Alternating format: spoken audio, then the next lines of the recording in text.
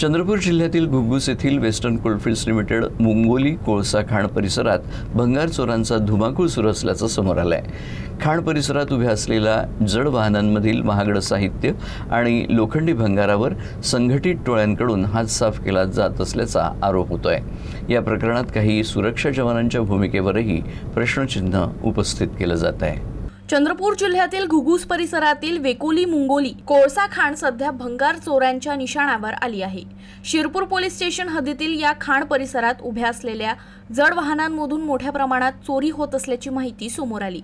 मिळालेल्या माहितीनुसार खाण परिसरातील मातीच्या ढिगाऱ्याजवळ HRG ट्रान्सपोर्ट कंपनीच्या जागेवर भारत बेंच कंपनीचे 11-12 चाकी ट्रक अनेक महिन्यांपासून बंद अवस्थेत उभे आहेत।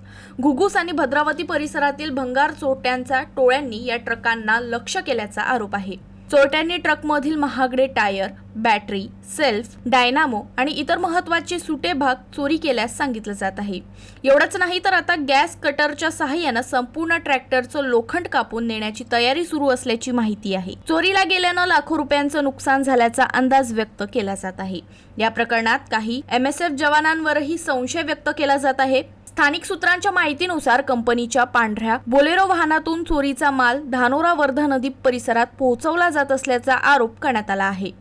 जर हे आरोप खरे ठरले तर हा केवळ चोरीचा प्रकार नसून सुरक्षा व्यवस्थेतील गंभीर त्रुटी आणि अंतर्गत संगतमताचा मुद्दा ठरू शकतो। दरम्यान स्थानिक नागरिक आणि कर्मचाऱ्यांकडून वेकोली व्यवस्थापन आणि शिरपूर पोलिसांनी भंगार चोरींविरोधात कठोर कारवाई करावी, सुरक्षा वाढवावी आणि संपूर्ण प्रकरणाची उच्चस्तरीय चौकशी करावी अशी मागणी जोर धरत आहे।